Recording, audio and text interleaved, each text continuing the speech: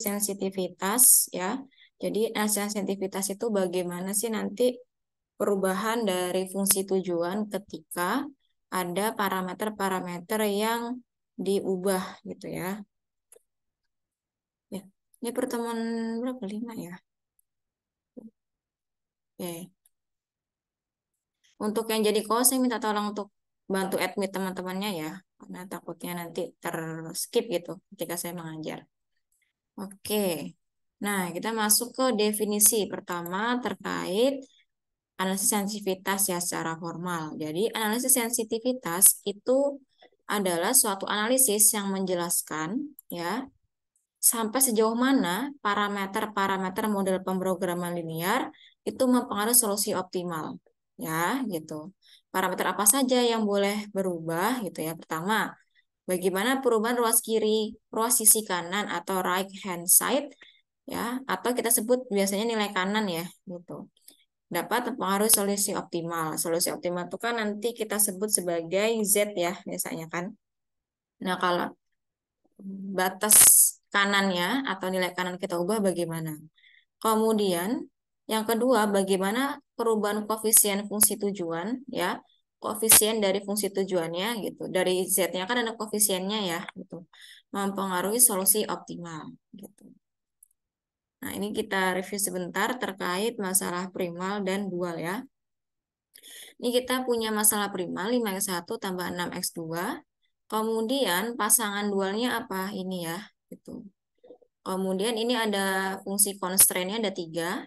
Ya, ini sudah benar ya kalau max ini tandanya adalah lebih dari sama dengan. Karena kalau max itu kan nilai kiri ya, atas kiri berarti harus ke kanan gitu. Ya jangan lupa ya kita ubah dulu matriksnya, kemudian ditranspos. Matriks dari si siapa ini? Dari fungsi constraint-nya ya kita ubah jadi berapa? 1, 2, min 1, 5, 4, 7. Oke, ini kita transpose. Ya, kalau kita transpose, dia hasilnya adalah ini. Berapa?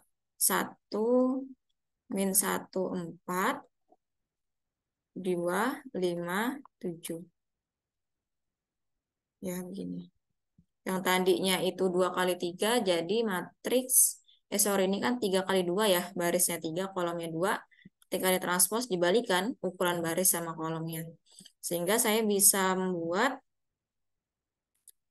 sebentar. Ada yang salah ya, sebentar ya. Oke, ini harus ada yang diubah ya. Sorry, saya lupa. Kita ubah dulu ya.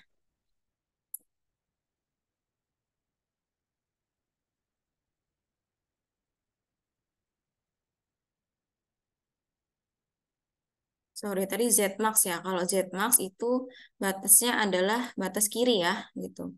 Batas sebelah kiri berarti harus tandanya kurang dari sama dengan. Sehingga ini harus diubah dulu ya. Ini kan belum standar, diubah ke bentuk standar. Nah, cara ngubah tanda pertidaksamaan bagaimana? Kita kalikan sisi kiri dan sisi kanan dengan negatif 1 ya, gitu. Sehingga ini akan menjadi min X1, min 2X2, kurang dari sama dengan minus 5. Kemudian yang belum sesuai lagi mana? Yang ini ya, kita ubah. Berarti min X1 ditambah 5X2 lebih besar, kurang dari sama dengan minus 3. Nah, yang constraint ketiga dia sudah benar ya tandanya. Sesuai dari fungsi tujuannya. 4X1 ditambah 7X2 kurang dari sama dengan 8. Nah, kita buat matriksnya ya. Matriksnya adalah min 1, min 2, min 1, 5, 4, 7. Dan kita transpose ya. Ini kalau kita transpose jadinya adalah min 1, min 1, 4, minus 2, 5, 7. Ya. Nah, kemudian, nah, tanda dari nilai kanan dari fungsi constraint-nya, ini minus 5, minus 38, ini akan menjadi koefisien dari fungsi tujuan dualnya. Oke, kemudian untuk mengisi setiap koefisien dari fungsi constraint-nya kita ambil dari matriks yang sudah ditranspos ya. Jadi ini min Y1 ya, dari sini min Y2, 4Y3. Nah, tandanya di sini dari mana? Dari fungsi yang ada di sini. Koefisien dari fungsi tujuan primal. Kemudian ini minus 2Y1, minus 5Y2 ditambah 7Y3 lebih besar sama dengan 6 ya.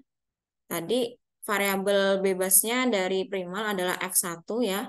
Dimana X1, X2, dan X3 itu harus lebih besar sama dengan 6. Ini kan untuk kasus constraint optimization ya. Jadi ada kendala pembatasnya. Oke. Nah, ini tadi contoh pertama. Ini contoh kedua ya. Kalian ubah persamaan primal menjadi dual ya. Ini bisa ya. Ini dua dulu nih matriksnya berarti 21 11 di transpose jadinya adalah tetap ya 21 11 ya. Kemudian yang menjadi sama dengan dari constraint-nya adalah ini 3 sama 2. Nah, 6 sama 4 itu menjadi koefisien fungsi tujuan dari dual. Oke. Nah, ini kita lihat ya penyelesaian dari contoh 2. Oke, dari contoh 2 kita buat dulu tabel simpleksnya ya. Ini adalah tabel simplex dari masalah dual ya. Tabel simplex dual. Nah, sama ini ada Z, ada variabel Y1, Y2 ya. Kemudian karena constraint-nya ada 2, maka variabel slack-nya itu juga ada 2, ini tambah nilai kanan. Ini Z, ini S1, ini S2. Nah, nanti kalian cari kolom kuncinya adalah ini ya, berarti kan yang paling negatif. Kemudian NK-nya itu, indeksnya dicari dengan membagi setiap NK dengan kolom kunci. Berarti ini 0, sini 3/2, sini 2. Sehingga yang menjadi kolom kunci itu adalah ini. Baris kunci, maaf, sering tertukar. Nah, kemudian nanti kalian buat lagi kan di sini ini Z, S1 berubah jadi Y1, ini jadi S2 ya. Nah, kemudian nanti ini hasil Y1 apa? Y1 itu kan baris yang baru ya. 0 ya, berarti setiap ini dibagi dengan angka kunci 2/2 1/2 1/2, ini 1/2 juga, ini 0, ini 3/2 ya. Kemudian pindahkan ke tabel yang di samping. Berarti ini Z yang baru, Y1 yang baru, ini S2 yang baru. Ya. Kemudian nanti, oh ternyata Z-nya ada yang negatif nih, berarti harus dioptimalkan lagi. Gitu. Cari lagi kolom kunci sama baris kunci. Oke, nah nanti tabel akhirnya itu akan menjadi tabel yang nomor 3 ini ya, yang ini. Nah, ini sudah tidak ada yang negatif ya, koefisien fungsi Z-nya. Berarti ini Z, ini Y1, ini Y2 ya. Tidak ada yang negatif lagi, sehingga ini sudah optimal. Nah, bisa kita lihat dari tabel yang terakhir ini adalah nilai Z-nya. Ini nilai Z, kemudian ini adalah Y1, ini adalah nilai Y2. Nah, yang S1 yang ini adalah X1. X1 itu apa? Solusi bagi masalah primal ya. Ini juga solusi bagi masalah primal. Jadi select variabel pada masalah dual itu adalah solusi optimal bagi primal gitu ya. Oke. Sampai sini ada yang mau ditanyakan? Kalau tidak ada saya lanjut ya. Nah, sekarang kita masuk ke analisis sensitivitas. Tadi kan ada 2 faktor ya. Satu-satu ya yang mempengaruhi. Jadi di sini membahasnya tidak bisa yang secara serentak. Jadi misalkan kita analisis nilai kanan saja yang berubah atau nilai koefisiennya yang berubah. Jadi tidak dibahas secara lebih detail lagi kalau misalkan dua-duanya itu berubah ya pada analisis sensitivitas yang ini. Itu nanti ada apa namanya analisis sendiri ya, yang tidak kita bahas dalam materi teori optimasi itu. Oke, contohnya sebuah pabrik dia memproduksi kaos dan sweater. Oke, nah kita lihat ya mana yang nanti akan jadi X dan Y gitu. Saya anggaplah di sini saya buat tabel dulu. Ini kaos, ini sweater. Untuk memproduksi satu buah kaos dibutuhkan biaya sebesar $2. Berarti ini $2 dan 3 jam. Berarti ini kaos $2 dan 3 jam. Untuk produksi satu buah sweater, pabrik membutuhkan biaya sebesar $4 dan 2 jam. Nah, minggu ini pabrik tersebut punya kapasitas sebesar $220. Berarti ke sana ya $220-nya. Karena kan ini satuannya dolar, ini dolar kan. Maka harus ke samping, bukan ke bawah. Kemudian 150 jam, berarti ini 150 jam. Jika kaos terjual, nah berarti kan kita bisa lihat ya bahwa yang menjadi X1 dan X2 itu adalah kaos dan sweater. Karena kita nggak mungkin ini adalah X1, ini X2, ini kan tidak ada batasnya ya. Gitu. Oke, kemudian berarti kita bisa buat suatu model ya, model matematis dari constraint-nya. Constraint itu adalah 2X1 ditambah 4X2 kurang dari sama dengan 220 ya. Kemudian ini constraint 1, ini constraint kedua. Ini 3X1 ditambah 2X2 kurang dari sama dengan 150 ya. Gitu. Nah, yang belum kita tahu itu adalah Z-nya. Apa sih yang mau dimaksimumkan gitu atau diminimumkan. Nah, oke, kenapa saya tahu ini kurang dari sama dengan? Karena berkaitan dengan sumber daya ya. Sumber daya itu kan kita inginnya yang apa ya, tidak melebihi batas yang kita punya kan. Berarti tandanya adalah kurang dari sama dengan begitu. Oke. Kemudian apa? Jika kaos terjual, berarti tadi ini terjualnya $6 dan sweater $7 ya. Berapa banyak masing-masing produk tersebut agar keuntungan. Nah, di sini clue-nya adalah keuntungan. Keuntungan itu apa sih? Kalau harga jualnya lebih tinggi daripada harga belinya atau modalnya. Oke, kalau untuk kaos dia $6, sedangkan modalnya berapa? $2. Kayak ada rugi, ada untungnya ya. Berarti Z-nya adalah berapa? 6 dikurang 2 ya. Karena selisih kan untung itu. Selisihnya adalah $4 setiap kaos. Kemudian untuk sweater dia harga jualnya $7 dari modal $4. Ya, berarti 7 dikurang 4 setiap sweaternya. Oke, jadi saya ini bisa buat bahwa Z-nya itu adalah 4X1 ditambah, ini saya nggak pakai inilah ya apa, satuan ya. 4X1 ditambah 3X2. Nah, ini kan yang harus kita cari ya, fungsi constraint-nya, Z-nya gitu, dan syarat pembatasnya. Itu selalu X1 dan X2 lebih besar sama dengan 0, karena produk tidak mungkin negatif. Gitu. Banyaknya produk tidak mungkin negatif. Ya. Oke, saya lanjutkan. Nah, kemudian ini saya buat dalam tabel simplex ya, gitu. Tabel simplexnya ini adalah Z ya, saya pakai X1 ini dari primal ya, X1, S2. Kemudian select variabel yang saya tambahkan adalah S1 dan S2. Kemudian dari nilai kanan. Ini Z yang baru, X2 yang baru, dan ini X1 yang baru ya. Kemudian apa? Kita punya, ini kita selesaikan ya. Ini intinya kita udah ketemu nih solusi dari tabel simplex yang paling akhir, yang artinya sudah tidak bisa kita optimalkan lagi. Nilainya nih ya 1, 0, 0, 1/8, 5/4, terus 15, dan seterusnya. Nah, kita bisa lihat bahwa dari ini nih permasalahan awal ya, belum diberikan suatu perubahan. Ini adalah untungnya atau nilai Z-nya, Z awal ya, dari primal. Ini adalah X2,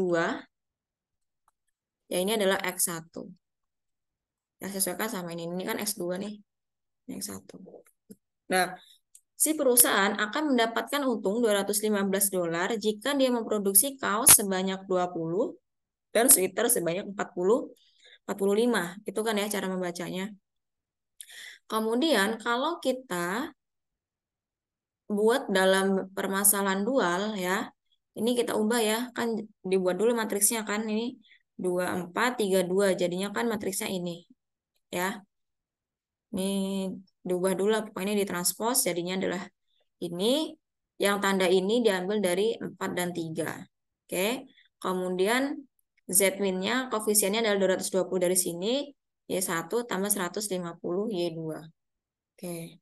Nah, kemudian ada pertanyaan. Berapa keuntungan maksimal kalau kaos dijual seharga $7 dan sweater itu $10? Berarti yang di sini yang berubah apa? Yang berubah adalah koefisien fungsi tujuan ya. Fungsi tujuan. Gitu. Oke. Nah, dia tadi yang awalnya $6 dijual jadi $7. Yang awalnya $7 dibuat jadi $10. Ya kan? Berarti yang berubah adalah Z-nya kan. Mau untung berapa sih gitu? Perubahan untungnya kalau saya naikkan harga kaosnya dan harga sweaternya. Nah, ini kita bisa menggunakan metode dari simplex ya, ambil simplex. Nah, di sini yang hijau ini kan adalah solusi dari siapa? Dari primal ya, dual ya berarti. Karena kan kita pakainya primal tabelnya. Berarti yang X1 dan X2 ya solusi dari primal, sedangkan yang slacknya itu adalah solusi dari lawannya. Lawannya kan berarti dual ya. Berarti ini adalah S1 alias Y1, ini S2 alias Y2 gitu ya. Ini Y1-nya, ini Y2-nya. Kemudian kita akan jawab permasalahan pertama. Berapa keuntungan optimal jika kaos dijual seharga $7 dan sweater $10? Nah, tadi ada perubahan fungsi tujuan ya, yang awalnya ini, kan ini dasarnya 4S1 tambah 3S2, dia akan berubah menjadi apa?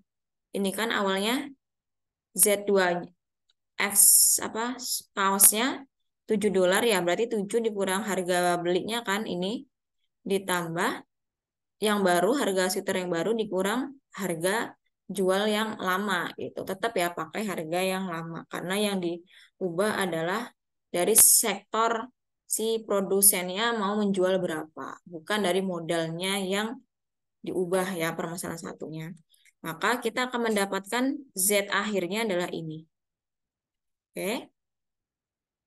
Nah, perhatikan tabel simplex yang di kotak merah ya.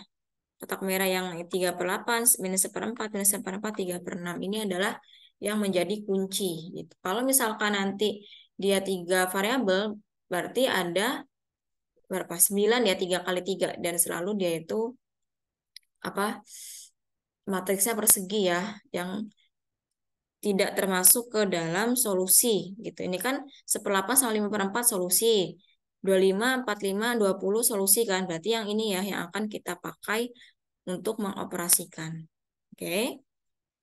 Nah, ini kita pakai berapa nih? 3/8. Ini yang lama ya. Ini yang lama ke sini. Ini 3/8 minus 1/4. Ini minus 1/4. Ini 3/6. Kemudian, nah tadi ini kita balik ya. 4/3 jadi 3/4. Ditranspos lah. Gitu. Ya kan kalau 3/4 artinya sebenarnya ke bawah. Ini kan ngitungnya ini ya. Nah, kalau pakai koma kan dia menyamping ya. Oke. Kemudian ini kita kalikan ya. 3 kali 3/8 ditambah 4 kali min 1/4. Nih, ini. Dapatnya adalah 1/8. Ya, ini sama dengannya. Kemudian yang kedua, 3/4 kali min 1/4 ditambah 4 kali 3/6. Dapatnya adalah 5/4. Nah, terbukti ya. Ini adalah nilai Y1 dari si dualnya. Dan ini nilai Y2 dari dualnya. Gitu. Nah, kalau misalkan fungsi Z-nya berubah, berapa sih yang awalnya 1/8 mau jadi berapa, yang awalnya 5/4 jadi berapa? Ya. Oke. Berarti kan ini Y1 1/8. Tadi kan berarti ini Y1 ya. Ini yang ini Y2 kan. Gitu. Nah, kemudian ini berarti akhirnya jadi 56 ya. Dibalik jadi 65. Saya kalikan 6 kali 3/8 ditambah 5 kali 1/4. Dapatnya 1. Kemudian 6 kali 1/4 tambah 5 kali 3/6 ya. Ini jadinya adalah 1. Gitu. Oke.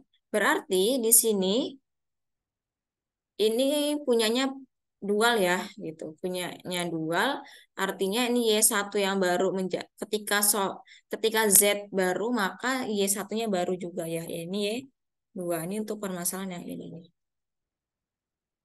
Oke. Nah, saya masukkan Y1 yang baru dan Y2 yang baru ke Z yang baru kan? Karena apa? Karena titik optimumnya itu sudah berubah sehingga saya harus ubah lagi kan Z minimumnya bukan ke Z yang bukan Z yang ini lagi gitu atau bukan Z yang ini ya, kita masukkan ke Z yang dualnya gitu, dual yang sorry ya dual yang baru ya, kayak ini 220Y1 ya, ini kita masukkan ke sini tapi dengan nilai Y yang baru. Y1 tidak pakai 1/8 sama 5/4 lagi, tapi pakai yang Y1-nya 1 dan Y2-nya itu 1. Oke, kita masukkan, dapatnya adalah 370 ya. Gitu.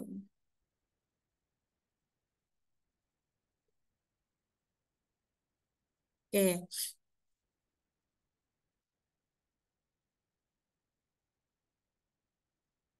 Nah, artinya apa? Kalau ini kita pakai Z-min, ini kita pakai Z-max ya, yang punyanya sih siapa?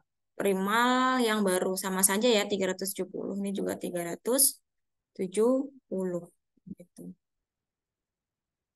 Sehingga kita bisa katakan ketika harga jual kaos dan sweater kita naikkan, maka laba akan bertambah. Bertambahnya dari berapa ke berapa? Dari yang 215 yang ini ya menjadi 370.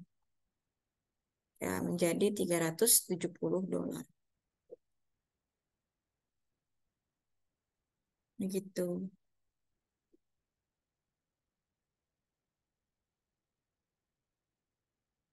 Oke, ada yang mau ditanyakan dulu?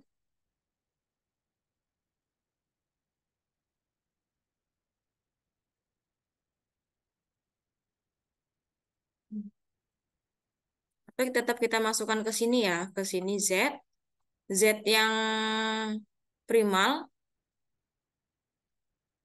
yang lama kan 4x1 tambah 3x2 ya. Kemudian Z primal yang baru kan berarti 5x1 tambah 6x2 ya. Sama kan kalau kita masukkan. Gitu. Tapi kalau pakai yang Z, yang kita masukkan adalah X1 dan X2. Kalau kita pakai yang dual, kita masukkannya Y1 dan Y2 ya. Oke. Ada yang mau ditanyakan dulu sampai sini?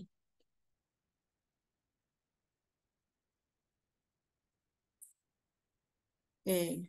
Ini untuk kasus kalau koefisien dari fungsi tujuannya berubah ya. Gitu. Kemudian kita next ke pertanyaan kedua. Apa yang berubah? Jika kapasitas biaya operasional tadi kan berarti kalau tidak dalam bentuk uang itu jam ya. Dinaikkan menjadi, oke berarti yang berubah adalah yang dolar. Yang dolar mana yang ini? Yang awalnya kapasitasnya 220, kita naikkan menjadi 250. Dan yang jamnya tetap ya. Oke, jadi dia menambah dari segi modalnya ditambah, tapi jam kerja dari karyawan totalnya itu dibuat tetap. Berapa keuntungan yang akan yang diperoleh. Oke. Nah, ini tetap ya pakai solusi tabel simplex yang dari primal ya. Ini tetap dari primal. Oke. Kemudian yang primalnya berubah ya dari 220 menjadi 250 ya. Kemudian yang fungsi konstan kedua dia tetap nggak berubah. Sehingga fungsi Z-nya juga tetap ya, gitu. Kemudian tadi dinaikkan menjadi $250. Berapa keuntungan optimal yang bisa diperoleh? Gitu. Ya, sebenarnya sama ya. Ini kita kalikan dengan ini 250. Ya, 250 berarti kan yang ini ya, 250 sama 150 yang ini. Ya, sama aja sih mengkalikannya. Kalau tadi kan bentuknya apa namanya di kiri.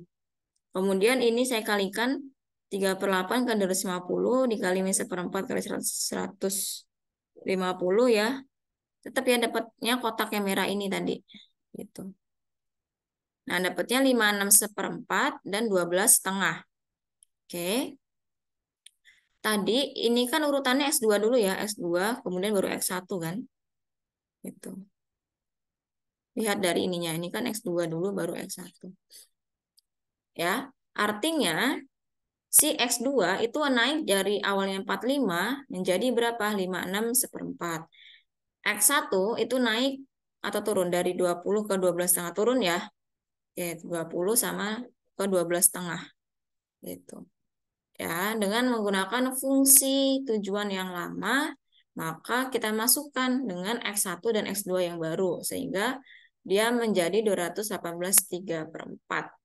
Nah, artinya apa? Dengan biaya operasional naik menjadi $250, ya, agar keuntungan maksimal, produksi kaos itu harus diturunkan menjadi 12,5 dan produksi sweater itu naik menjadi 56/4. Sehingga labanya itu akan naik dari 215 ke 218,3/4 dolar.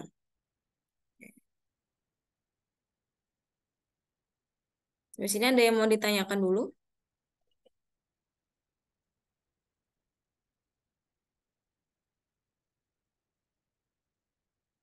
Eh, Bentar ya, saya mau ke kamar mandi dulu.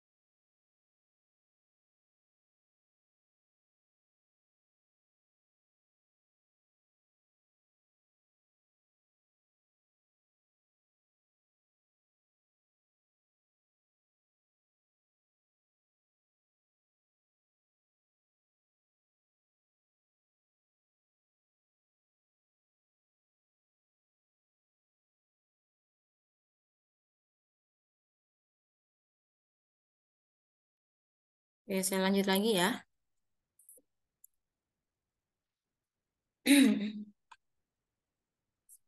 Nah, ini tadi kita review lagi ya. Ada mesin satu, ada mesin dua ya. Kemudian menghasilkan produk satu, produk dua ya, gitu. Oke, nah ini kita bisa buat fungsi matematisnya atau persamaan matematisnya adalah yang menjadi X1, X2-nya adalah produk satu dan produk dua ya.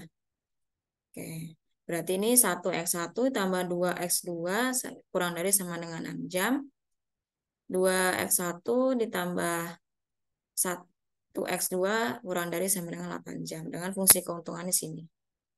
Ya, 2x1, 3x2 nih Z-nya untuk memaksimalkan keuntungan.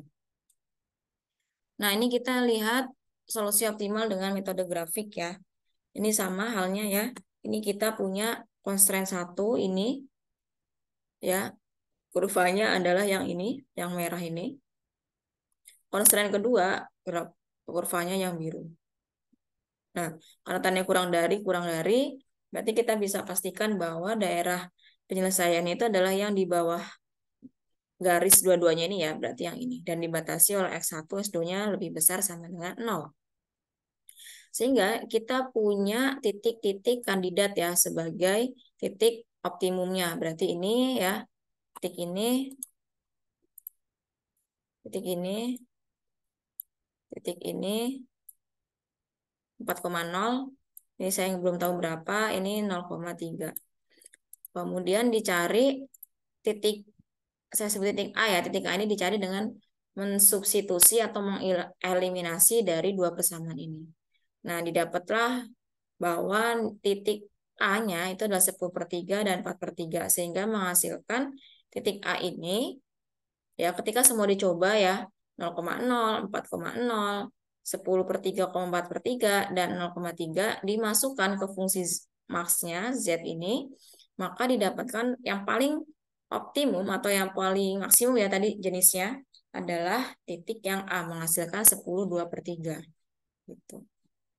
Oke, nah sekarang kita masuk ke perubahan nilai kanan ya kalau kita gunakan analisis grafik ya. Jadi kita ingin melihat shadow price-nya atau perubahan dari setiap keuntungan per perubahan kapasitasnya gitu. Itu adalah shadow price. Nah, ini sama ya kita buat mesin satu. Mesin satu kan tadi titik kurvanya yang ini ya. Ini patah-patah ini. Kemudian ketika berubah ya tadi kan diubah dari 6 ke 7, maka dia akan memiliki kurva yang baru yang ini. Ya, ini. Oke. Kemudian kurva keduanya tetap ya yang ini. Nah, karena dia ada perubahan dari mesin satu, maka titik optimalnya yang tadinya di sini ya, di ZA, di A menghasilkan ZA akan berpindah ke sini. Gitu. Ya, karena kan titik temunya sekarang di sini. Nah, sehingga shadow price-nya berapa? Shadow price itu adalah perubahan keuntungannya dibagi perubahan kapasitas mesin satunya gitu. Karena kalau mesin dua kan dia tidak berubah ya. Gitu. Nah, sehingga ini saya bisa buat ZB min ZA dari 12 ya, ZB-nya dikurang 10/2/3 ZA yang sebelumnya dibagi perubahan kapasitas mesin satu dari berapa ke berapa? Dari 6 ke 7. Berarti 7 dikurang 6 kan adalah 4/3. Oke, artinya apa? Dia akan berubah sebesar 1,33 ya untuk setiap perubahan satu mesin, satu kapasitas mesin gitu. Dia akan naik keuntungannya 1,33 kali dari keuntungan awalnya gitu. Kemudian kalau misalkan saya ubah yang nilai kanan dari fungsi constraint keduanya ya. Oke, ini berarti dia yang pertama tetap ya, yang pertama tetap, yang kedua yang akan berubah. Nah, dia turun ke bawah sini. Dia naik nih, yang biru ya, yang biru ini. Nah, sehingga tadi dia berubah ya dari A ke C di sini titik temunya. Dapatnya adalah 4,1. 4,1 dimasukkan ke fungsi Z max-nya. Nah, dapatlah 11. Nah, sekarang berapa shadow price-nya? ZC min ZA. Dari awalnya kan A.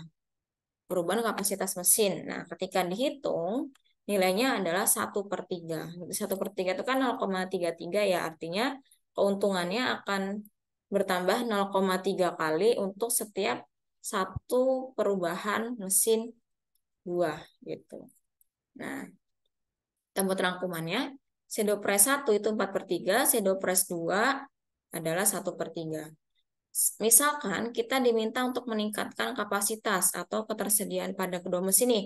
Jadi mau menyediakan yang mana? Kalau misalkan kasusnya seperti ini, maka mesin mana yang kita prioritaskan? Ya, otomatis mesin yang satu, karena kan dia punya shadow price yang lebih tinggi. Yang seperti saya bilang tadi ya, keuntungannya satu kali lebih dari 1 kali lipat ya dari kondisi awal gitu. Per perubahan satu kapasitas mesin ya gitu. Oke. Ada yang mau ditanya dulu? Oke. Next, kalau nggak ada. Nah, ini kita akan review sedikit ya terkait gradien. Ini sudah berkali-kali mungkin ya, tapi ini akan kita bahas sedikit. Ini di SMA ada, di matematika dasar, di mana di eh, metode numerik ya ada gitu. Nah, ini kita akan review. Secara umum, persamaan dari garis ya linear itu adalah seperti ini ya. Boleh Y sama dengan MX ditambah A atau AY sama dengan AX tambah K. Nah, ini nanti bentuk yang kedua ini ya, kalau mau nyari gradiennya itu kan yang dekat dengan X ya. Sehingga buatlah sedemikian rupa sehingga fungsi Y-nya itu koefisiennya 1. Berarti kan ini masih ada AY. Nah, nanti dibagi dengan A semua nih. Sisi kiri sama sisi kanan. Supaya dapat nilai gradiennya. Gitu. Oke. Nah, kalau misalkan persamaannya seperti ini ya. Oke, ini sorry. Ini harusnya B ya. Ini harusnya B. BY sama dengan AX tambah K. Ya, ini disederhanakan ya. Dibagi B semua, berarti A per BX tambah K per B. Maka gradiennya adalah yang ini. Nah, ini sama ya dengan seperti ini. Kalian buat si BY-nya supaya positif. Setelah itu buatlah Y-nya berdiri sendiri. Berarti harus dibagi dengan B. Maka gradiennya adalah A per B. Pokoknya nanti kalian buatlah bentuknya seperti ini ya. Y sama dengan bla bla bla dari X ditambah bla bla bla. Itu. Kalau ini berarti min A per B. Kalau ini min A per B ya. Gitu. Karena kan B-nya kalau yang ini dipindah jadi negatif kan. Gitu. Nah, kalau misalkan nilainya Y sama dengan H, misalkan Y sama dengan 2, berarti gradiennya adalah 6. Kalau Y sama dengan K itu bagaimana sih dia bentuknya? Ini kan. Ini X, ini Y. Ya, Y sama dengan H. Berarti mau berapapun X-nya nilainya gini ya. Berarti gini. Ini Y sama dengan H. Maka gradiennya 6. Kalau X sama dengan K, berarti gini. Ini Y, ini X, ini K-nya kan. Berarti gini. Gradiennya tak hingga. Ya. Itu ini X sama dengan K. Gitu.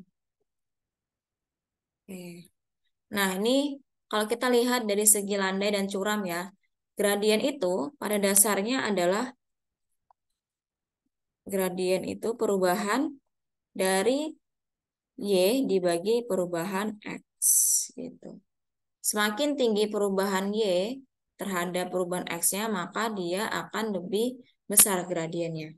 Gradien lebih besar itu semakin besar M ya, kalau M-nya itu besar, maka dia semakin curam ya, semakin curam.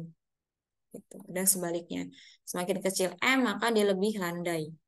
Nah, untuk tanda negatif dan positif itu menandakan arahnya. Kalau positif berarti dia arah gradiennya itu ke atas, dari pojok bawah ke kanan atas ya gitu. Jadi kalau negatif berarti dari kiri atas ke kanan bawah gitu. Nah, ini kita bisa lihat ya, ini M1 dan M2 sama-sama mengarah ke kiri. Ke kanan apa? Dari kiri atas ke kanan bawah berarti negatif, turunan ya. Kemudian kita lihat nih M1-nya berapa? Seperempat, M2-nya setengah ya kalau kita lihat dari nilainya gitu. Maka yang lebih kecil siapa? Seperempat. Sehingga bisa dikatakan bahwa garis G1 itu lebih landai dari G2. Sama halnya dengan garis G3 dan G4. G3 itu adalah -3. Ya, kenapa -3? Dari ini kan perubahan Y-nya berapa? 3 ya, dari sini ke sini kan 3. Kan kita hitungnya di sini ya. Ini tuh berapa sih dari awalnya? Ini kan tegaknya berubah 3, mendatarnya berubah 1. Dan arahnya ke bawah, berarti -3. Sehingga kita bisa katakan bahwa G3 lebih curam atau G4 lebih landai. Gitu. Oke, itu terkait gradien. Oke. Ya, kita lihat analisis sensitivitas dengan perubahan fungsi koefisien ya yang sebelumnya tadi. Nah, ini kan yang contoh soal ini ya. Ini contoh soal yang dua ini ya, kita akan analisis dari segi gradiennya gitu. Nah, kita awalnya nih kan Z-nya adalah 2x1 ditambah 3x2. Ini fungsi constraint-nya ada 2. Oke. Nah, ini bentuknya yang mana? Bentuk yang ini kan ya. Bentuknya yang ini ya, yang ini. Nah, tinggal K-nya bisa kita apa buat ke arah kanan sama dengan ya. Berarti kalau bentuknya ini positif, maka gradiennya adalah min A per B gitu. Oke. Nah, X dan Y itu kan sebuah ini ya variabel bebas ya gitu. Jadi kalau ini kita anggap X-nya adalah X1, Y-nya adalah X2. Nah, ini kalau bisa dilihat gradiennya berapa? Gradiennya adalah min, ini kan, ini bagi ini ya, min setengah. Kalau gradien yang ini min 2 gitu. Oke. Nah, ketika ada perubahan dari koefisien fungsi objektif, misalkan yang tadinya 2 menjadi C1, yang tadinya 3 menjadi C2, itu akan mengalami perubahan titik optimumnya gitu ya. Oke, kita lihat gradien constraint-nya berapa? Min setengah ya tadi ya. Min setengah yang dari sini. Nah, ini tadi awalnya di sini ya, sebelum ada perubahan fungsi tujuan di sini, A menghasilkan ZA. Nah, kemudian saya akan buat garis isoprofit atau fungsi tujuan yang baru. Berarti ini yang mana? Yang hijau ini ya. Ini adalah fungsi tujuan yang baru. Sebentar, bila garis isoprofit. Ya, ini adalah garis isoprofit yang baru ya. Itu nah ini. Ya, ini. Isoprofit yang baru. Bila garis isoprofit atau fungsi tujuan yang baru, dia lebih landai ya dari garis constraint 1. Constraint 1 itu yang sebentar. Tadi garis constraint 1 yang merah ini ya, yang merah bold. Kemudian ini yang baru ini ya, ini adalah ini isoprofit. Ini isoprofit. Ini garis isoprofitnya. Nah, ini patah-patah merah ya. Dia bilangnya apa? Kalau garis isoprofit yang baru, dia lebih landai dari garis constraint 1. Maka dia akan bergeser titik optimalnya dari titik A ini ke sini, ke atas. Berarti dia menuju ke yang lebih curam ya, gitu. Kan tadi lebih landai. Dia akan mengarah ke yang lebih curam. Ya, jadi yang tadi awalnya 10/3,4/3, yang titik ini akan ke sini. Ya, 0,3 gitu. Atau kita bisa buat rumusan bahwa dia akan berubah dari A ke 0,3 jika apa gradiennya, ini kan gradiennya min C1 per C2 ya, sama aja dengan min A per B ya, ini adalah A-nya, ini adalah B-nya kan. Itu. Kalau apa dia lebih dari sama dengan min setengah ini gradien dari ini. Ya, gitu. Oke. Berarti nilainya berapa? Atau saya balik nih.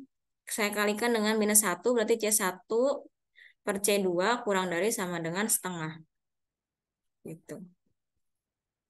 Dia akan berubah. Nah, perbandingan C1 C2-nya ini tergantung berapa. Kalau dia masih berada di rentang lebih besar sama dengan -setengah, berarti dia akan berpindah nih titiknya yang dari titik pertemuan tadi, yang ini menuju ke atasnya. Gitu. Ya, oke. Ini kan tadi gradien 1 ya, M1. Kalau dia min C1 per C2-nya lebih besar daripada gradien pertama, alias lebih landai ya, lebih apa? Ya, lebih landai. Dia akan berubah. Nah, sekarang kalau kita bandingkan gradien fungsi Z yang baru terhadap gradien yang kedua, ya. Berarti dia apa gradien kedua tadi -setengah ya, kan tadi ini gradien pertamanya -setengah, gradien keduanya -2 ya. Kalau mau diubah Z-nya dari 2S1 menjadi C1S1 dan 3S2 menjadi C2S2, ya, kita analisis, tadi kan analisis terhadap konstran yang pertama. Sekarang kita analisis dari segi konstran yang kedua ya, gitu. Yang keduanya kan -2 ya. Nah, ini yang isoprofit nih, isoprofit yang baru. Isoprofit itu artinya apa sih? Iso itu sama, profit keuntungan ya. Jadi di sepanjang garis-garis patah-patah merah ini, titik keuntungannya itu sama ya, itu disebut dengan garis iso kan, iso profit. Nah, bila garis iso profit fungsi tujuan yang baru, yang merah patah-patah ini, lebih curam dari garis konstran 2, ya, maka dia akan bergeser. Kan dia lebih curam, maka dia akan ke bawah, akan melandai daripada sini, ini ya. Gitu. Maka dia akan turun ke 4,0. Pada saat apa? Pada saat nilai gradiennya itu kurang dari sama dengan -2. -2 itu berarti gradien 1 ya. Atau kita bisa simpulkan, dia akan berpindah ke bawah, titiknya di bawah si fungsi titik optimal yang sebelumnya ke bawah dia. Kalau -C1 bagi C2 itu kurang dari sama dengan kurang dari M2 ya, gitu. Oke. Ya, gradien kedua. Nah, sehingga ini saya buat kesimpulan bahwa dia akan berubah ketika ini ya. Dia akan berubah dari titik A ke 0,3 saat ini ya. Minusnya dihilangkan ya, berarti kurang dari sama dengan setengah, dan akan berubah ke bawah ke sini, ke bawah ini kalau C1 C2-nya lebih besar sama dengan 2 gitu. Oke. Nah, secara umum ya, ini kalau secara umum, oke, dia akan berubah dari C1 bagi C2 kurang dari sama dengan -M1. Ya kan, ini kan minus ya jadinya ya. Kalau M1-nya kan -setengah, berarti kalau setengah minus dari M1 kan. Atau C2 akan berubah ke yang lebih bawah. Nah, kalau dia lebih besar sama dengan 2. 2 tadi adalah minus dari M2 ya, gitu. Nah, sehingga kalau tetap bagaimana? Kalau tetap artinya kalau misalkan saya punya garis bilangan ya, ini seperti ini. Kemudian 2 berarti di sini ya, tadi ini 2, ini setengah ya. Oke, dia akan berarti kan ke sini ya, ini tebal ya karena melewati ini ke sana sama di sini. Ya, tadi ini kalau dia berubah, kalau tetap berarti kan di sini ya. Ini kalau tetap. Itu artinya dia ada di rentang setengah sampai 2. Oke, tanda sama dengannya masuk nggak? Kalau dia tidak berubah. Harusnya ini tidak ada ya. Kalau jika C1, C2-nya ini harusnya lebih besar dari setengah, dan C1, C2-nya lebih kurang dari setengah ya. Karena kalau sama setengah, di sini setengah nanti bingung kan masuknya ke berubah atau tetap ya. Berarti ini kalau ada kurang dari sama dengan, lawannya adalah lebih dari. Kalau ini lebih dari sama dengan, lawannya adalah kurang dari. Gitu. Selama berada di rentang ini, maka dia tetap. Atau kita buat secara umum, setengah dari dua itu bukan mutlak ya, tergantung dari constraint-nya gitu. Jadi kalau secara umum untuk constraint apapun, dia akan tetap ya, secara umum solusi optimal akan tetap jika apa? C1 sama C2-nya itu berada di rentang berapa? Ini berarti min M1 dan min M2 ya, gitu. Gitu ya. Ini harusnya ini.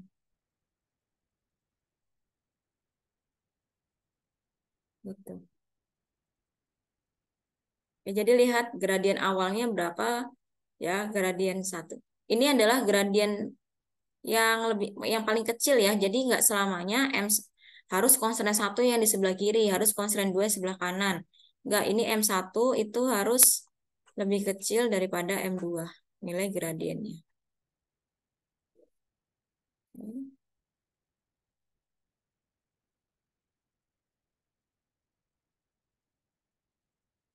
Ya. Ya. Ada yang mau ditanyakan dulu?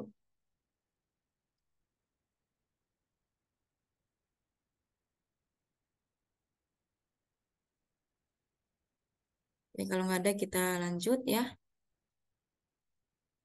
Nah, ini kita mau mencari tentang optimisitasnya. Oke, misalkan tadi ini fungsi Z-nya yang awal, ini constraint yang awal, ya ini constraint yang awal ya. Oke, tadi ini sudah ya, dari constraint satunya minus setengah. Nah, C1 sama C2-nya itu harus di rentang berapa supaya dia ini tetap ya. Tuh, ini tadi harusnya kurang dari, yang ini kurang dari. Coba. Oke. Nah, ini contohnya ya. Andaikan keuntungan per unit produk satu dan produk 2 berubah berturut-turut menjadi 4 dan 3. Berarti kan tadi maksnya 2x1 tambah 3x2 ya, berubah menjadi 4x1 tambah 3x2 ya. Jadi awal Z-nya adalah 2x1 tambah 3x2 ya. Berubah menjadi 4 dan 3 dolar. Nah, sehingga apakah solusi optimal saat ini tetap? Kita harus cek dulu apakah dia berada di rentang ini atau tidak ya. Gitu. Ini rentangnya dari syaratnya ya. Kenapa setengah sama dua? Tadi karena kita masih pakai fungsi yang lama gitu, constraint yang lama gitu. Tidak selamanya setengah sama dua ya, tergantung constraint masing-masing soalnya nanti apa gitu. Oke, ketika saya masukkan kan harus syaratnya antara setengah sama dua kan gitu. Berarti kan ini ketika saya masukkan setengah itu kurang dari C1, C2, kurang dari 2. Setengah, C1-nya berapa? Itu adalah 4. C2-nya saya belum tahu ya. Tanya apa sih solusi tetap ya? Udah tahu deh ya, 4/3 kurang dari 2. Apakah ini benar? Setengah kurang dari 4/3. Benar ya, 1,33. Apakah 4/3 kurang dari 2? Ini benar. Nah, selama C1 bagi C2-nya di antara rentang ini, solusi optimalnya tidak berubah. Jadi kalau awal titik A, di titik A, sehingga ZA-nya tetap ZA kan, gitu. Tapi kalau misalkan dia berubah ya, seperti tadi,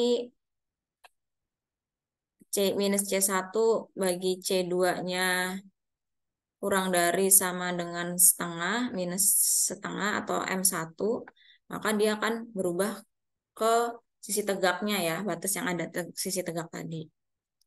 Ya, oke, dan seterusnya begitu. Oke. Ya, ini contoh lagi. Kalau tadi kan kita ingin melihat apakah solusi optimalnya tetap atau berubah. Kemudian untuk yang selanjutnya kita ingin mencari nilai C1 di rentang berapa. Andaikan keuntungan per unit dari produk 2 tetap, berarti C1-nya tetap ya. Oh, kan tadi C1 itu adalah angka atau koefisien dari untung produk satu kan. Nah, produk satunya tetap, tapi dari produk dua, produk dua yang tetap, berarti produk satu yang berubah ya. Sebentar. Andaikan keuntungan per unit dari produk dua tetap. Ini berarti ini C2-nya. Tetap pada nilai saat ini yaitu C2-nya $3. Tentukan rentang keuntungan dari produk satu yaitu C1 sehingga solusi optimal tidak berubah. Nah, artinya saya pingin dia itu solusi optimalnya tetap nih, misalkan solusi optimal terhadap keuntungan ya. Keuntungannya adalah $200. Saya tetap pengen $200, tapi salah satu produknya saya naikkan harganya. Kemudian bagaimana sih C2 ini gitu kan? C1 ini ya. Tadi rentang dia berada dalam keadaan tetap apa sih tadi ya berada di tentang M minus M1 dan minus M2 ya. Ini harusnya kurang dari ini kurang dari ya. Gitu. Oke. Nah, saya bagi berarti ini kalau seperti ini kan ini setengah kurang dari C1 kurang dari C2 supaya tetap berada di rentang ini kan. Gitu. Kemudian tadi C2-nya adalah 3. Ini adalah C1 bagi 3. Ini 2. Nah, supaya hilang 3-nya saya kalikan dengan bentar. C1 ini 2. C1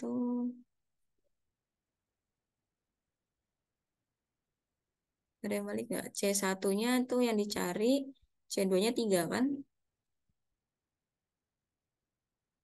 Kemudian saya kalikan ya, berarti ini 3/2 kurang dari C1 kurang dari 6 ya. Nah, ini artinya dia harus berada di rentang 3/2 sama 6. Gitu. Supaya dia tetap ya, antara 3/2 sampai 6. Gitu. Ada yang mau ditanyakan dulu sampai sini?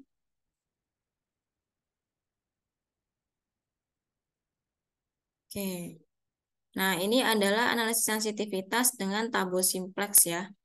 Nah, ini kita pakai yang lama sih, ini Z yang lama, ini Z yang baru, ini jadi X, ya, saya lupa ini X2 berarti tadi ya, ini X1. Lihat tadi kan 10/3,4/3 ya. Ini adalah ZA atau Z dari titik A-nya, ini X2-nya, ini X1-nya. Nah, ini adalah apa tadi sebenarnya? Ini shadow price ya. Shadow price. Shadow price dari mesin satu. Kalau yang ini tadi sepertiga apa? Shadow price mesin 2.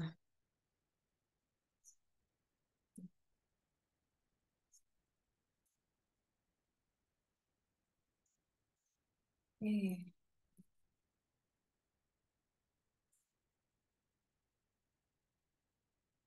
Nah, terima kasih. Ada yang mau ditanyakan dulu sejauh ini?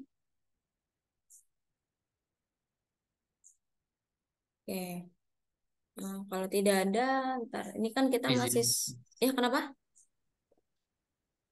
izin bertanya. Iya, Saya ingin bertanya di slide 5 yang awal tadi. slide 5. Ntar ya, situ.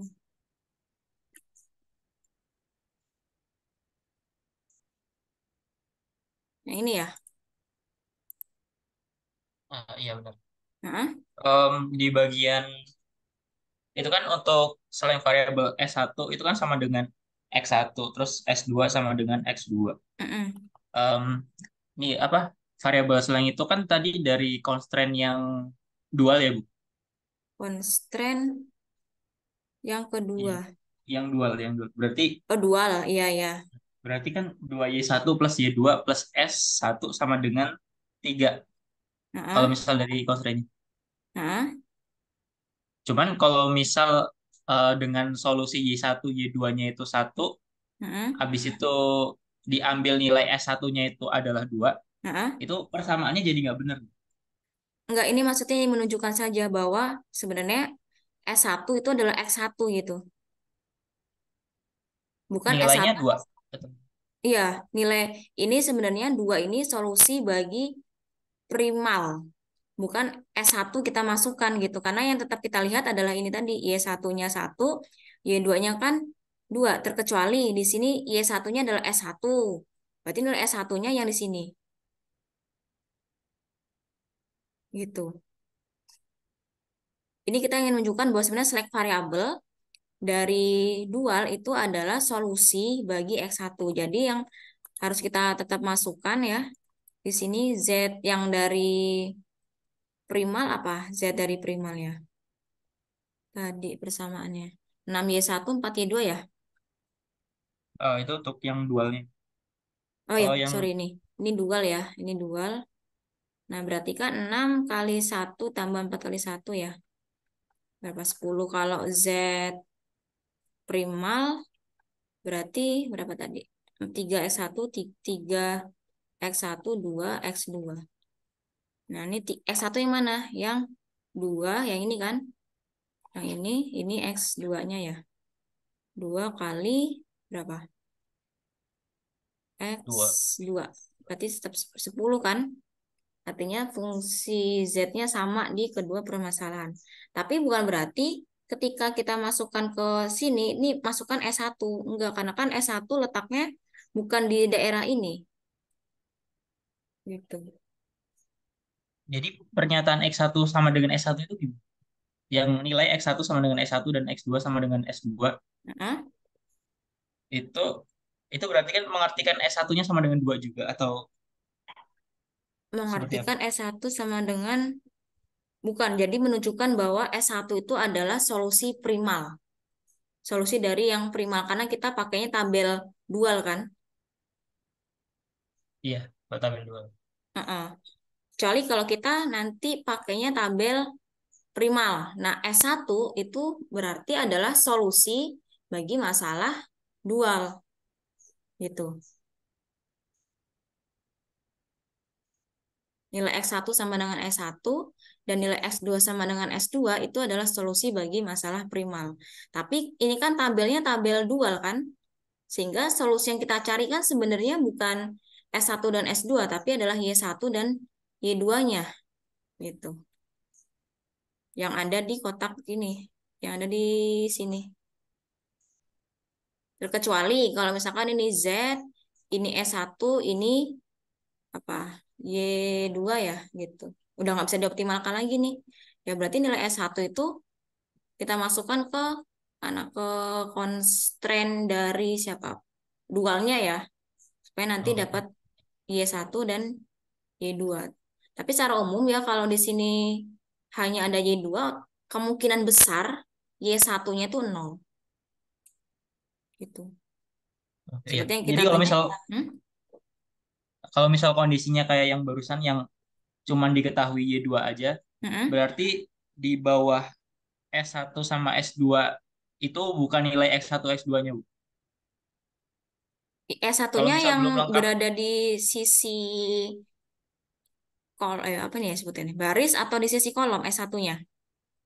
yang di sisi kolom. Jadi kan tadi kan kalau misal diketahui Y1 sama Y2 di sisi kolom itu sebagai X1 dan X2. Heeh, heeh, Tapi kalau misal belum diketahui semuanya, belum diketahui Y1 dan Y2-nya, misal hanya diketahui Y2 saja, terus habis itu yang satunya S1, heeh. apakah nilai yang di bagian kolom itu tetap X1 dan X2? Bukan. Itu adalah Bukan ya? tetap S1. Oke.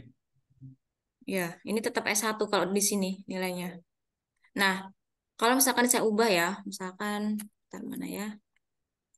Saya buat inilah baru. Nah, misalkan ini yang terbaru ya, tabel Simplek yang baru. Ini saya mau pakai yang dari dual lah dulu ya. Dual. Nah, ini ada Z, ada Y1, ada Y2, ada S1, ada S2. Ini misal ya. Ini adalah Z. Ini adalah S1 ya. Ini nilai kanan. Ini adalah Y2. Nah, ini tetap ya, ini udah maksimal nih, ini positif, positif semua ya. 1, 0, 0, ini positif, positif, positif semua. Nah, nilainya nih saya nggak tahu berapa, saya nggak tahu berapa, ini berapa. Nah, yang ini Y2-nya adalah di sini. Misalkan saya bentuk nih A, ini B, ini C ya. Berarti dalam hal ini nilai Z-nya itu adalah A, nilai S1-nya itu adalah B, nilai Y2-nya adalah C. Gitu. Nah, kemarin kan ada hubungan ya. Dia itu punya complementary slackness kalau apa? XI kali TI-nya sama dengan 0, apa YJ kali SJ-nya sama dengan 0. Jadi kalau misalkan di sininya udah ada nilai ya, ada nilai otomatis Y1-nya 0 kan? Ya enggak? Ini saya ketemunya Y2 nih. Y1-nya kan nggak ketemu nih karena fungsi Z, koefisien Z-nya sudah positif semua. Nah, sebenarnya berapa sih nilai Y1-nya gitu kan? Nah, karena S1-nya ketemu, ya S1-nya ketemu berarti kan kita punya hubungan ini ya kalau Y1 kali S1 itu sama dengan 0, sedangkan S1-nya sudah nilainya B atau sesuatu angka. Berarti kan Y1-nya mau nggak mau harus 0 kan supaya menghasilkan angka 0 gitu. Pasti ini Y1-nya 0 gitu. Nah, S1 yang di sini ya, S1 ini adalah solusi bagi masalah primal. Ini juga solusi bagi masalah primal sebagai apa? Sebagai X2 gitu.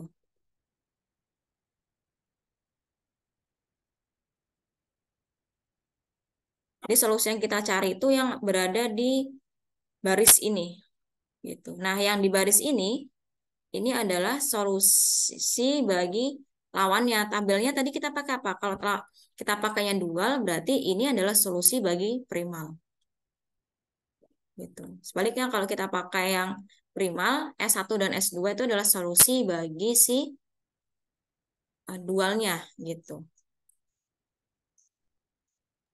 Baik Ibu. Jadi kalau misal saya bilang S1 apa X1-nya B itu salah ya Bu berarti ya? X1 S1. X1 apa S1? X1. X1-nya B. Iya, tergantung ini kan nilai di sini S1 itu.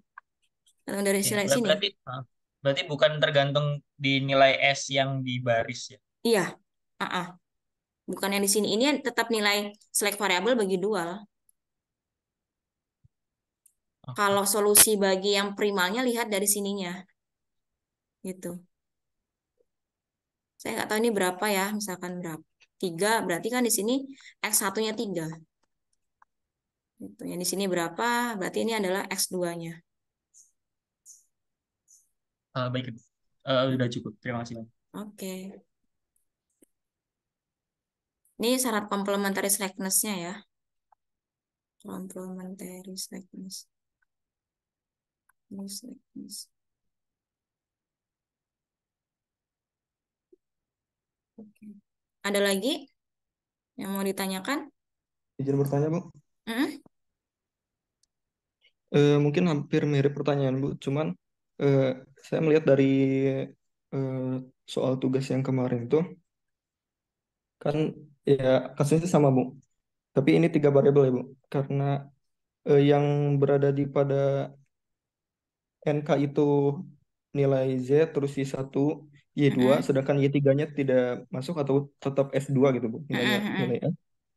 Nah, lalu kan saya substitusikan tuh, Bu. Untuk solusi dualnya ketemu, Mm-mm. langsung saja dimasukkan. Tapi kalau yang solusi primalnya itu, ketika saya substitusi itu, ternyata hasilnya itu sama dengan nilai nilai pada Y3 pada baris yang primal itu, Bu.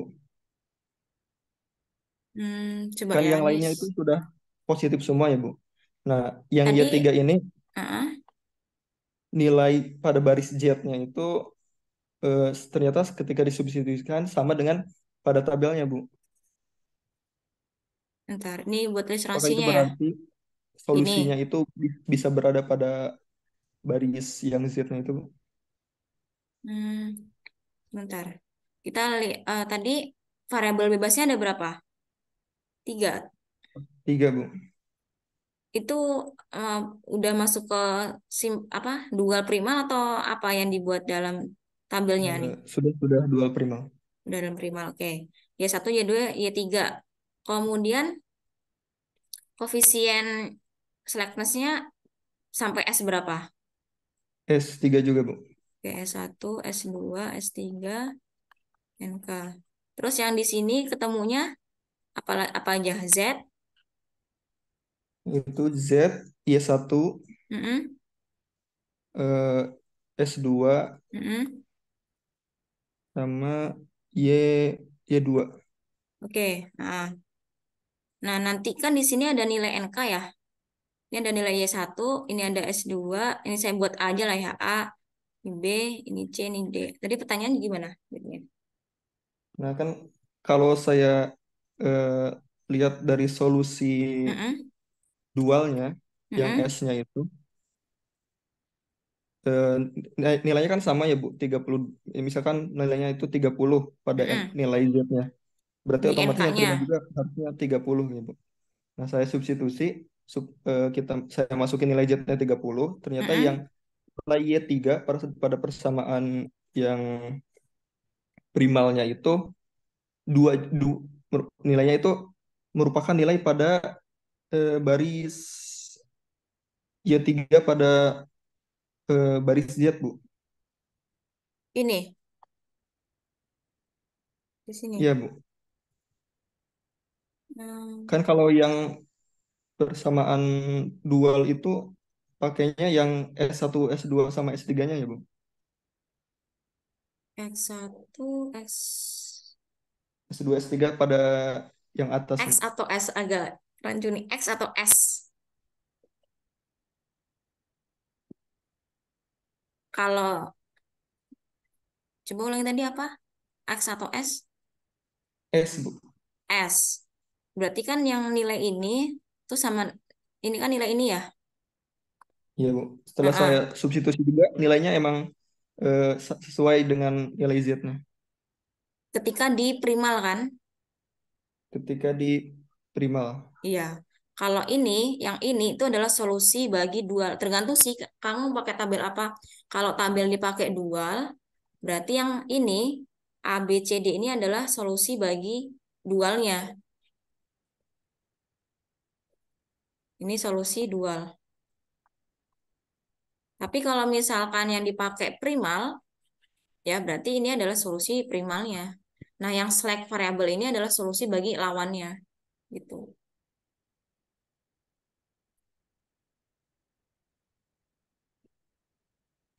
Maksudnya nih mau membuktikan atau ada perbedaan maksudnya? Eh, Maksud saya itu apakah berarti nilai Y3 pada solusi dual itu Oh, bisa yang D berada ya. pada baris Bisa berada pada primal?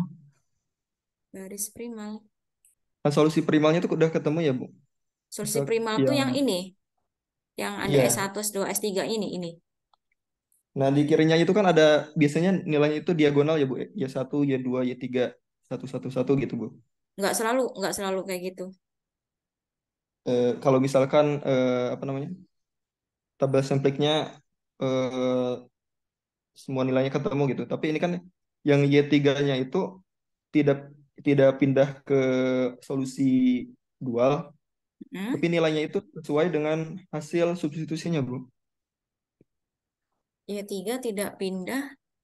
Tidak pindah tuh maksudnya gimana? Maksudnya tidak bukan merokap. apa tidak menjadi solusi dual. Soalnya kan Bu, yang itu eh, Z, Heeh. Y1, S2, Y3. Bentar, ada ini kendaraan dulu, bentar ya.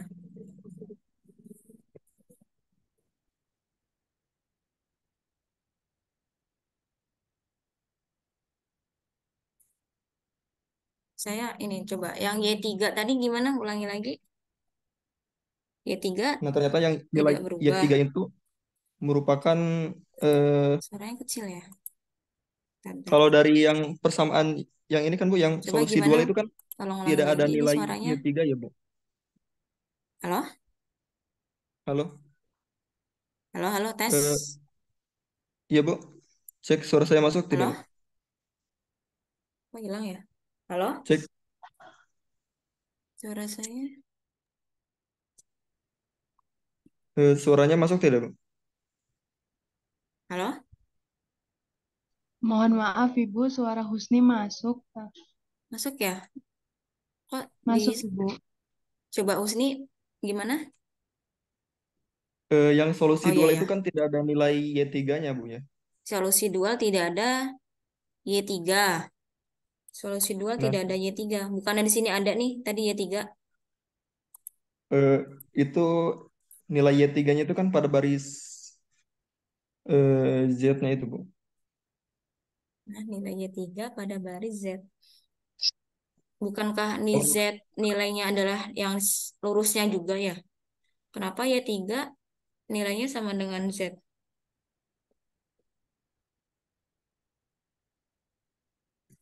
Y3 nilainya yang D ini. S2 yang nilainya C. Y1 yang nilainya B. Z nilainya A ini.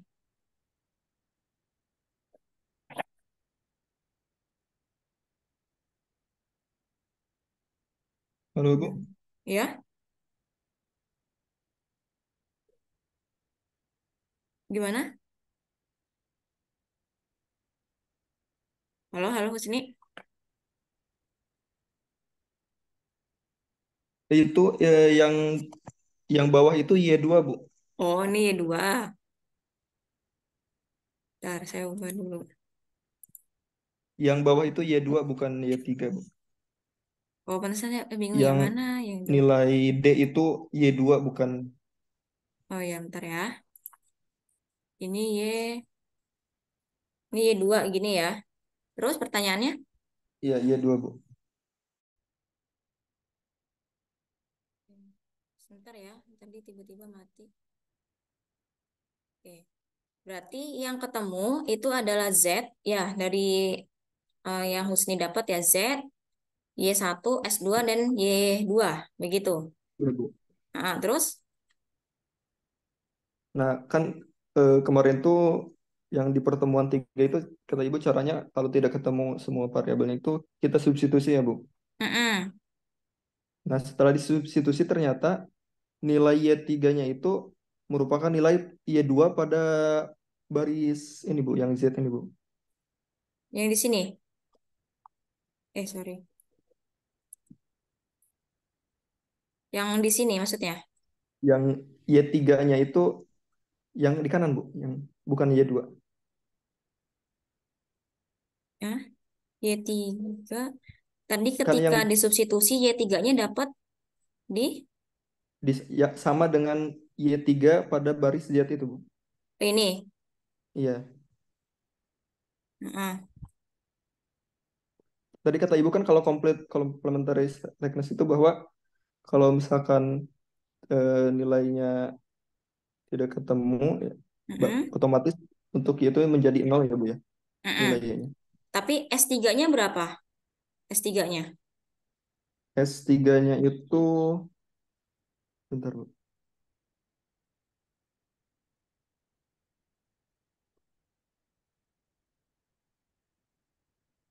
nilai S3-nya 4 Bu. 4. Berarti kan Y3 kemungkinannya lebih besar. Y3-nya berarti nol ya?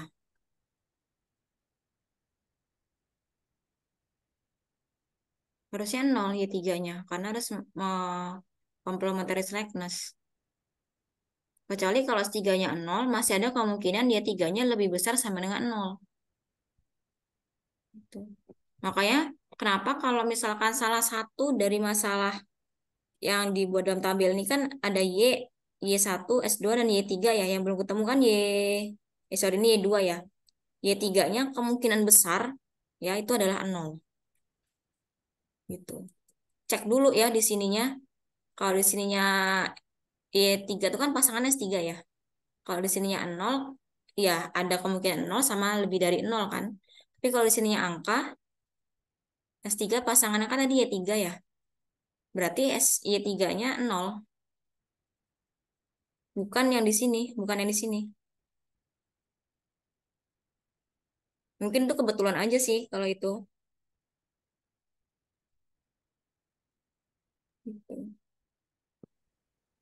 Tapi Bu, kalau Hah? misalkan nilai Y3-nya itu saya buat 0, Hah? nilainya itu tidak sama dengan ini Z. Bu, yang NK.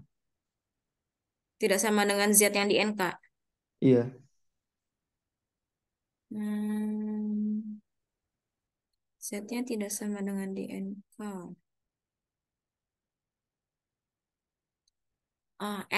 Z-nya berapa? Z dari dualnya.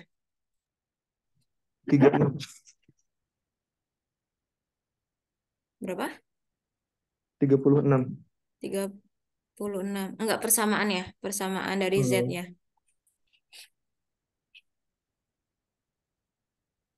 Dari Berapa? Z,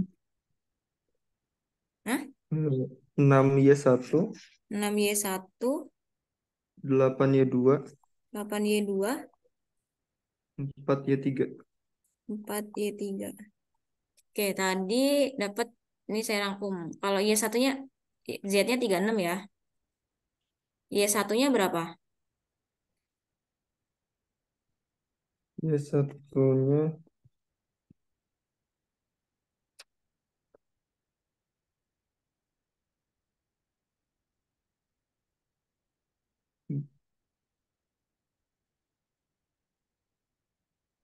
Y1-nya 2 Bu. Hmm? Y3-nya? Y2-nya? Y2-nya 3, Hmm? Y3-nya Y3-nya belum ya? hasil substitusinya. Oke. Kalau saya, ini lebih baik disubstitusi aja ke Z sini. Nanti bisa dapat Y3 langsung. Iya Bu. Setelah disubstitusi itu nilainya sama dengan Y3 pada baris Yang di sini ya. Bu. Ya. Kalau itu, menurut saya kebetulan sih, karena kalau Y3 di sini tuh bukan bukan nggak ada hubungannya di sini, karena ini tuh adalah bukan variabel yang kita cari. Yang kita cari itu yang di sisi ini, Husni. Baik Bu. Kalau ini S1, S2 yang select variabel itu adalah titik solusi bagi primalnya, karena kita pakai tabel dual. Gitu. Tapi nggak ini ya, nggak nol ya. Kemungkinan harusnya nol sih, kemungkinan besar ya. Karena S3-nya itu tidak nol. Gitu.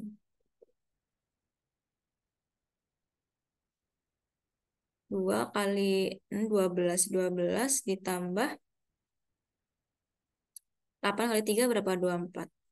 Bener kan? Nol. Ini 6. Y1-nya berapa? 2. 8 dikali 3. 4Y3. 36. Ini 12 ditambah 24. 36 kan? 12 tambah 24 berapa? 36. 0 sama dengan 4Y3. Berarti Y3-nya berapa? 0 kan? Ya nggak?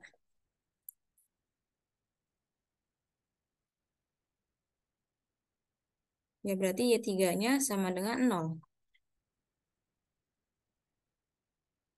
Gitu nggak?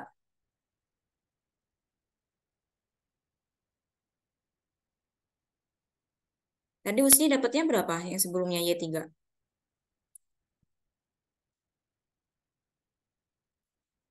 Loh?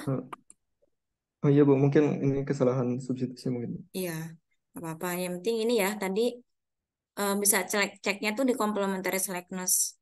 Kalau salah satunya nol, kemungkinan yang lainnya kan nol atau tidak nol kan. Tapi kalau S3-nya tadi itu 4, pasti Y3-nya nol gitu. Ya. Oke. Ada lagi yang mau ditanyakan, Husni? Cukup Bu, terima kasih. Oke. Yang lainnya ada yang mau ditanyakan? Izin bertanya kembali. Ya, Amar. Em, jadi sebenarnya masalah primal terus dikonvert ke dual itu Mm-mm. bakal menghasilkan solusi optimal yang sama ya, Bu? Kalau dia itu apa ya, kan kemarin ada dualisme ya, dualisme kuat sama dualisme lemah ya. Kalau sama disebutnya dualisme kuat. Harusnya sih sama ya, harusnya sama. Cuma memang ada beberapa kasus yang nilainya di nilai Z dari prima sama dual itu tidak sama. Berarti dualitasnya lemah kalau seperti itu. Baik, terima kasih banyak. Oke. Ada lagi? Oke. Kalau tidak ada, saya cukupkan dulu ya. Cuman kita pada siang hari ini. Oh ya, untuk yang pertemuan 6, kira-kira kalian bisa nggak? Kalau misalkan di hari apa ya, Jumat, saya full pagi sampai sore. Atau Sabtunya, Sabtu jam 1 sampai malam gitu. Mau direntang itu gitu maksudnya, Sabtunya. Kalian bisanya jam berapa? Atau Minggu dari jam 1 sampai malam?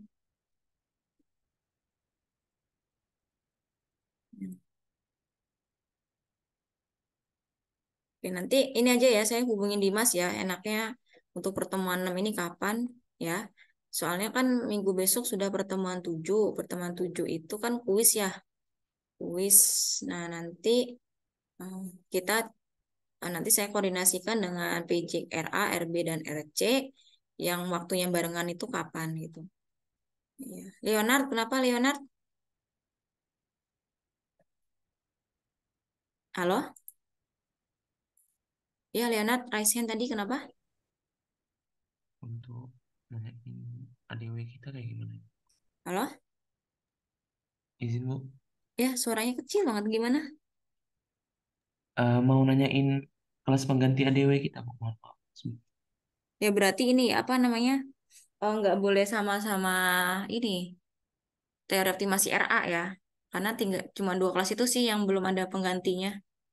Gitu nanti diskusi saja sama Dimas ya.